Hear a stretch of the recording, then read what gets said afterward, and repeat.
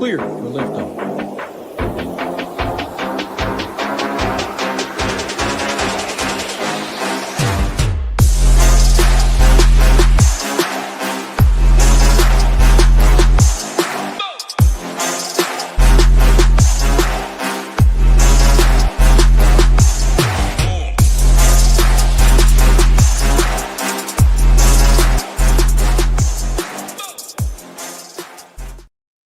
Cheers. Happy Saturday evening. I know we still have a few holes left of the round three of the Houston Open, but we're here to talk round 4. We have plenty of data, plenty of numbers, plenty of guys to talk about, plenty of stuff to talk about from the round. So I'm excited to get into it. Obviously, I am not here. I am not in my usual location. I am in another hotel. Shout out Hilton. Hilton has done me right over the last few years of travel. I'm just up north a little way in Orlando.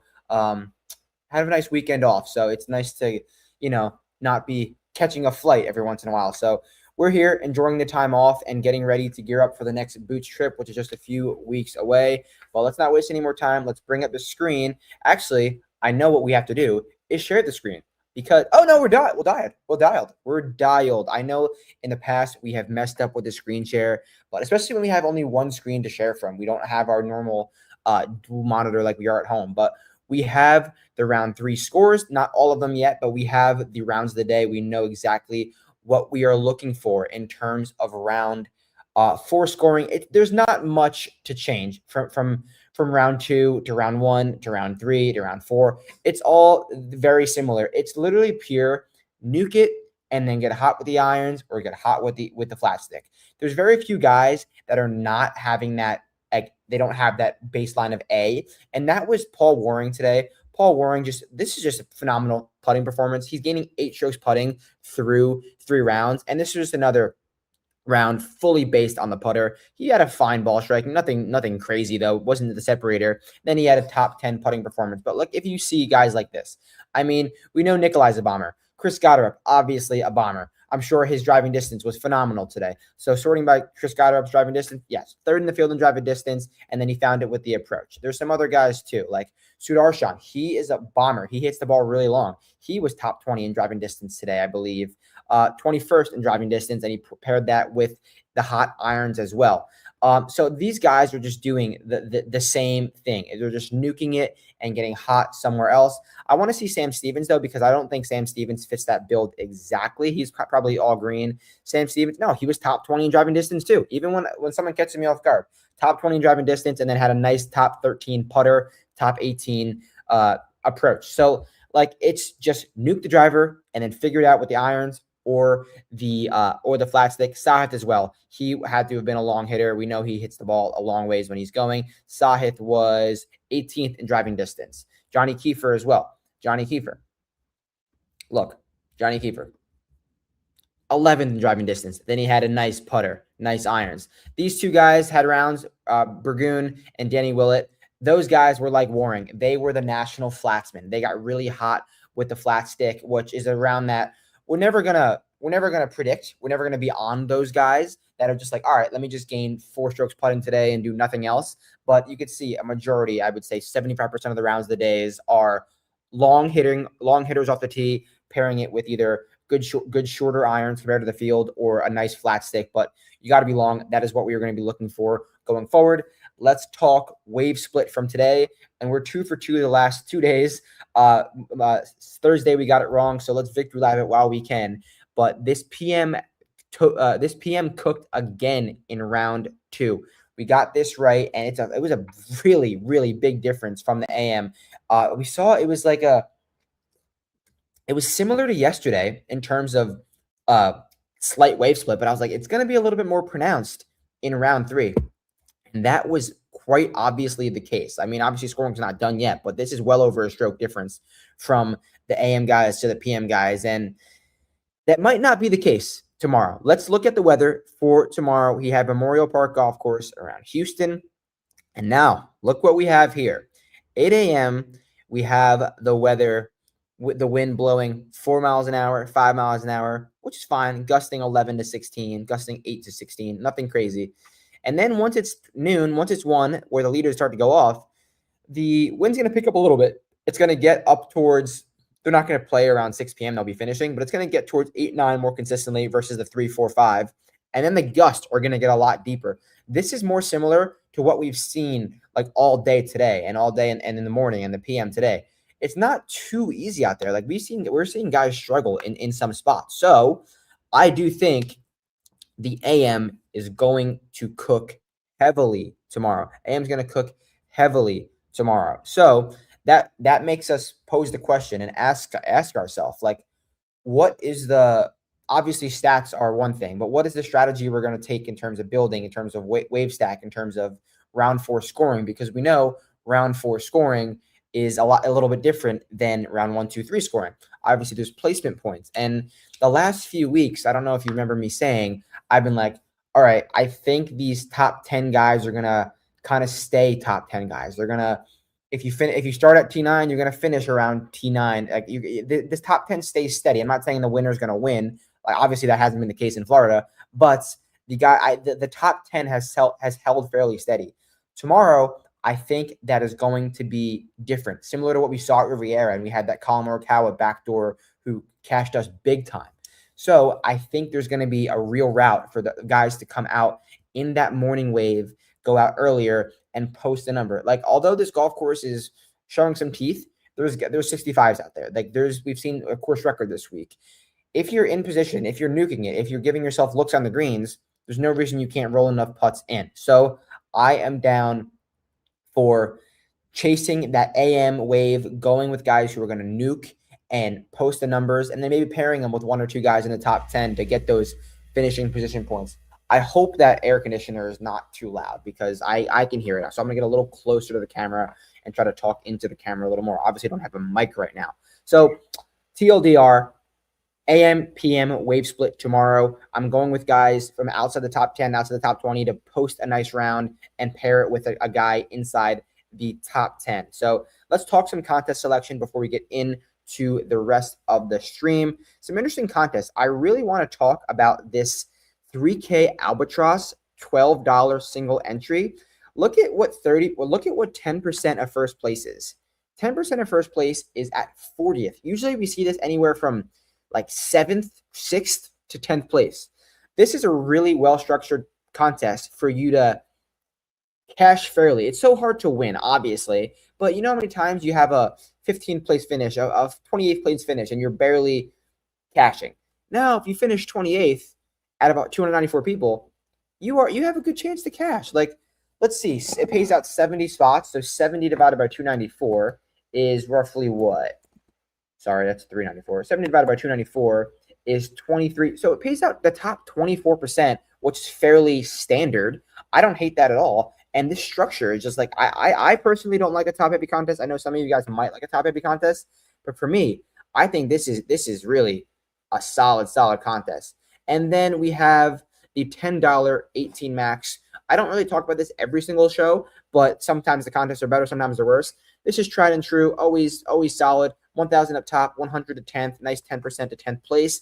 This is a really solid payout structure. This is always just the best, most nutted contest. Shout out the big man upstairs for that one. So we know the stats we're going to look for. Now let's talk some tools. Let's talk the stone. Let's talk.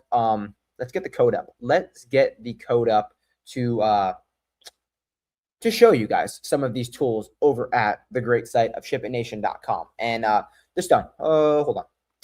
This stone is your one-stop shop for everything you need to know in round 4. This was updated yesterday at 9 p.m., maybe around the same today. So just wait. Obviously, the round is not done yet. So between this stone with all of the tee times, look for those AM guys, the ceiling, the points per dollar, the approach stats, the bounce backs grades, all their putting splits.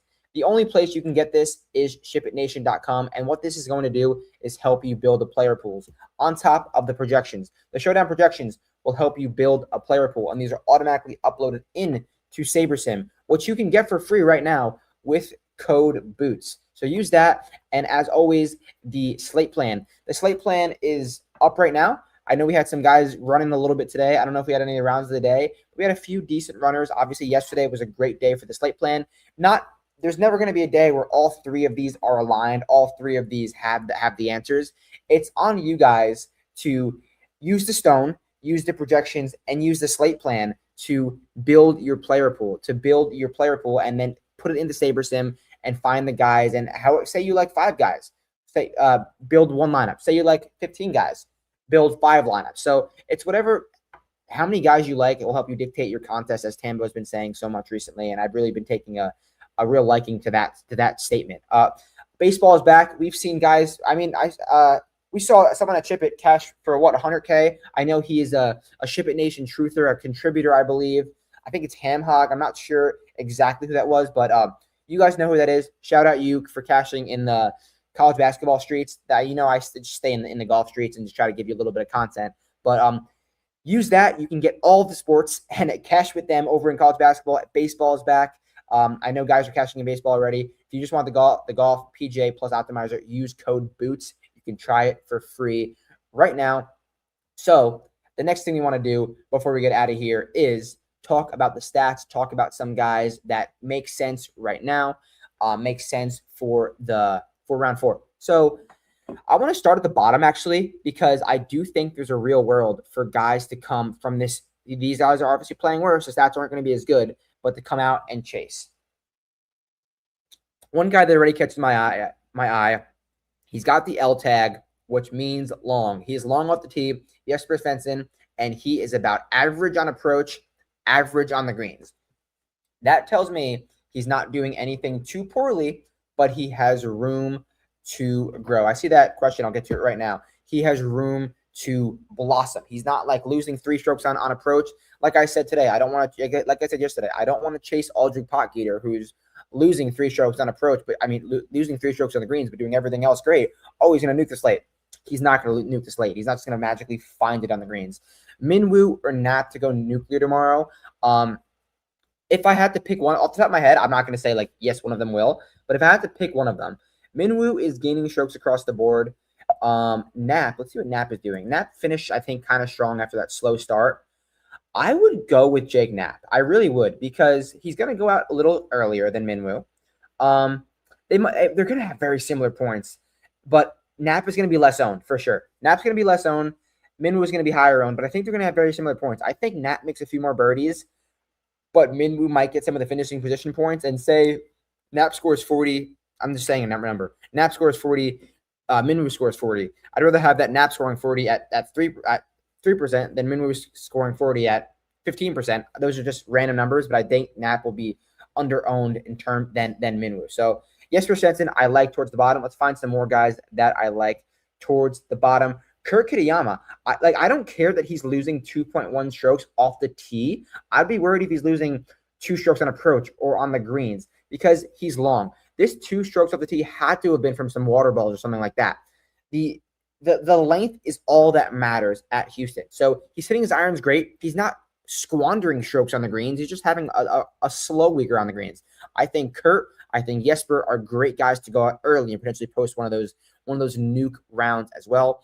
Who else do we like? I wouldn't mind going back to Rasmus Højgaard. I know he's been like, he had that nice round 2.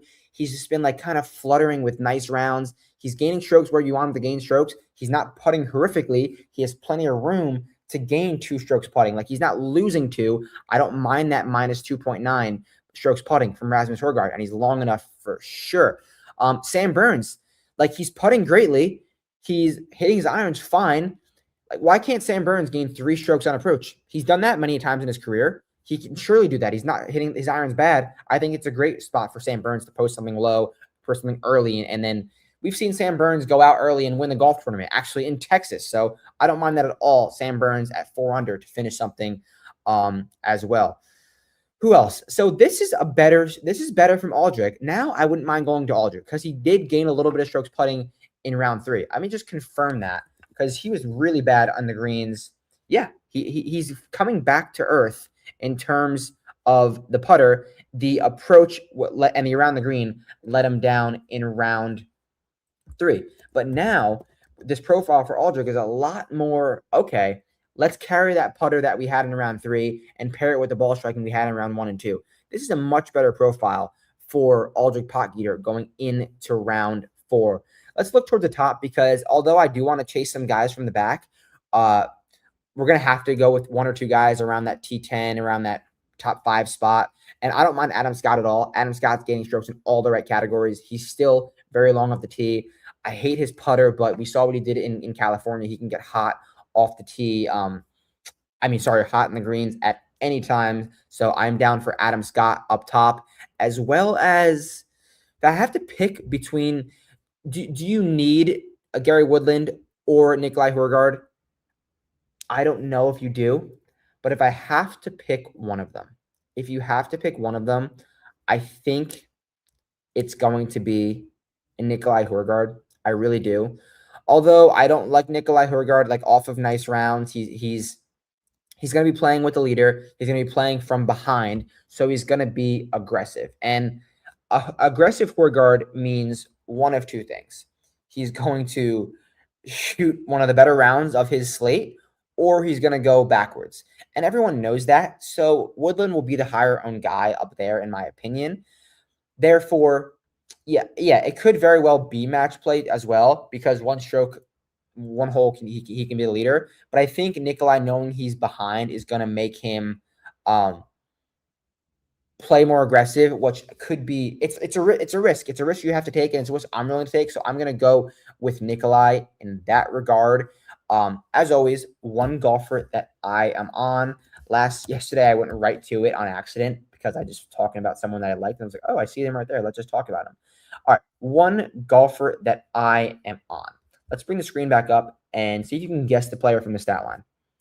Oh, he's right there. It's Matthieu Pavon. Matthieu Pavon is the one golfer that I am on. He's losing 2 strokes off the tee, and his distance is not that great.